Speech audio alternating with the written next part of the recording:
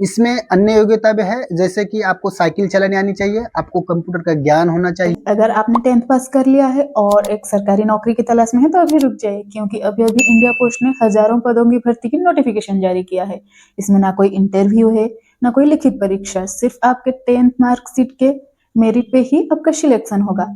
आवेदन शुरू होने से पहले जो 5 बातें आपको पता होनी जरूरी हैं, वो मैं आपको इस वीडियो में बताऊंगी, इसीलिए लास्ट तक बने रहे, क्योंकि सबसे इम्पोर्टेंट इन्फॉर्मेशन वीडियो के एंड। तो ये भर्ती किसके लिए है? ये भर्ती है जीडीएस के लिए, जीडीएस यानी ग्रामीण डाक सेवक के लिए। ये जुलाई 2026 का दूसरा शेड्यूल है, जो 20 अगस्त 2026 को जारी किया है। इसमें 3 पद भरे जाएंगे, branch post master, assistant branch post master और डाक सेवक। आवेदन जो है ऑनलाइन भरना होगा और उसकी लिंक जो है डिस्क्रिप्शन में मैं दे दूंगा। अब जरूरी तारीखें जो लिख के लीजिए। आपको ऑनलाइन रजिस्ट्रेशन करना है 31 अगस्त से 19 सितंबर तक, और अगर रजिस्ट्रेशन किया है तो वो जो फॉर्म फिलअप करना है और पेमेंट करना है आपको 2 सितंबर से 21 सितंबर तक। और अगर इसमें कोई करेक्शन है, कोई स्पेलिंग आपकी गलत हो गई है या फिर तारीख गलत हो गई है, तो इसके लिए करेक्शन के लिए 23 और 24 सितंबर की डेट दी गई है, उसमें आप करेक्शन कर सकते हो। और उसके बाद अगर कुछ गलती ऐसी ही रह गई तो आप करेक्शन कुछ नहीं कर सकते।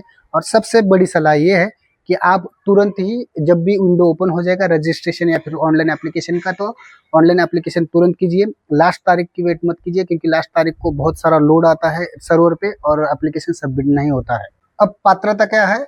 18 साल से 40 साल तक अगर आप हो तो आप एप्लीकेशन कर सकते हो। उसमें भी अगर आप SC/ST से है तो आपको 5 साल की छूट मिलेगी, और OBC से है तो 3 साल की छूट मिलेगी। और जो दिव्यांग है उनके लिए 10 साल की छूट है, यानी 40 + 10।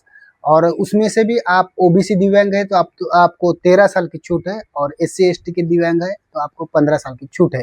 इसमें EWS में जो भी आते हैं उनको कोई छूट नहीं मिलेगी, यानी उनको 18 से 40 तक हो तभी आप अप्लाई कर सकते हो। शिक्षा योग्यता में आपके 10वीं में अंग्रेजी और गणित का विषय होना चाहिए और उसमें आप पास होने चाहिए। इसमें समकक्षा योग्यता वाले फॉर्म नहीं भर सकते, आपको 10वीं पास होना ही चाहिए। अब स्थानीय भाषा का भी एक मुद्दा होता है। हर आवेदन, जो भी आवेदन कर रहा है उनको उस राज्य की जो है राज्य भाषा का विषय होना चाहिए, तभी आप अप्लाई कर सकते हो। उसके बाद आपको कंप्यूटर का ज्ञान होना चाहिए, साइकिल आनी चाहिए, उसका डिक्लेरेशन भी भर्ती समय लेते हैं। इसमें अन्य योग्यता भी है, जैसे कि आपको साइकिल चलाने आनी चाहिए, आपको कंप्यूटर का ज्ञान होना चाहिए, और आपको आजीविका के लिए और दूसरा भी व्यवसाय होना चाहिए, क्योंकि सिर्फ जीडीएस की सैलरी पे आजीविका नहीं हो सकता। इसके लिए आपको ये भी डिक्लेरेशन देना होता है। अभी फीस की बात करें तो 100 रुपये इसकी फीस है, लेकिन आप SC/ST हो, महिला हो, PWD हो या फिर ट्रांसजेंडर हो तो आपको कोई भी फीस लगने वाली नहीं है। आपके लिए ये जो परीक्षा है वो मुफ्त है। तो सिलेक्शन प्रोसेस क्या होगा?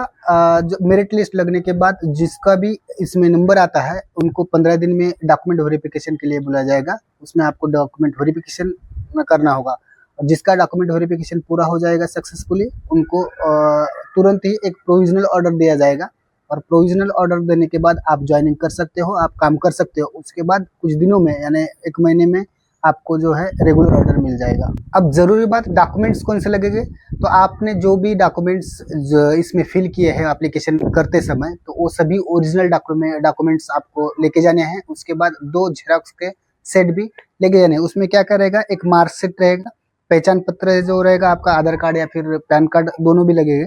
जाति का प्रमाण पत्र रहेगा अगर आपको लागू हो, यानी आपने SC/ST या फिर OBC से आपने अप्लाई किया है तो वो भी लगेगा। दिव्यांग से आपने अप्लाई किया है तो दिव्यांग प्रमाण पत्र लगेगा। EWS से आपने अप्लाई किया है तो EWS सर्टिफिकेट भी लगेगा। उसके बाद अब जन्म तिथि प्रमाण पत्र लगेगा आपको।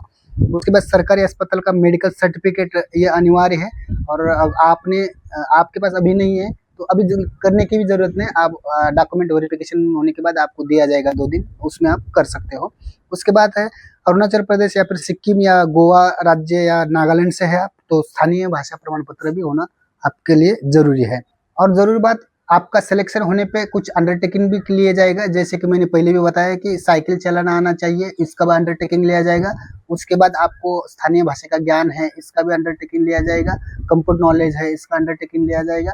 उसके बाद आप सिर्फ इसी पोस्ट पे डिपेंडेंट नहीं है, दूसरा आजीविका के लिए दूसरा साधन है, इसका भी अंडरटेकिंग लिया जाएगा, लेकिन सिलेक्शन होने के बाद लिया जाएगा। अभी सबसे जरूरी बात मैंने पहले बताई थी कि दोबारा रजिस्ट्रेशन ना करें, क्योंकि अगर आप दोबारा रजिस्ट्रेशन करते हो तो वो एप्लीकेशन बाद होता है।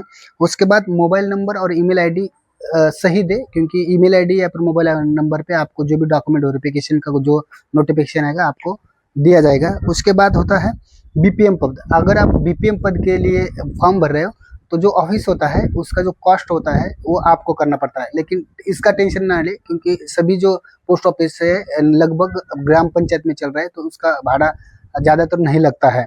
दूसरा है जीडीएस नियमित सरकारी कर्मचारी नहीं है, ये भी आपको ध्यान में रखना चाहिए, क्योंकि बहुत सारे लोगों को लगता है कि ये सेंट्रल गवर्नमेंट की परमानेंट नौकरी है, लेकिन जीडीएस ये सरकारी नौकरी नहीं किया जाता है, उसको टीआरसीए पे जो है पेमेंट मिलता है। लेकिन ये भी टेंशन नहीं कि कभी आपको निकाल दिया जाएगा, तो सरकारी की नौकरी की तरह ही होता है, लेकिन विभाग इसका नियमित सरकारी कर्मचारी नहीं माना जाता।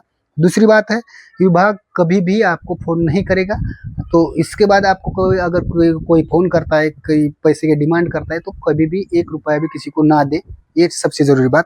दूसरी बात है, ये जो भर्ती प्रक्रिया है 31 सितंबर 2026 तक ही चलेगा, उसके बाद वो खत्म हो जाएगा और अगला शेड्यूल आता है।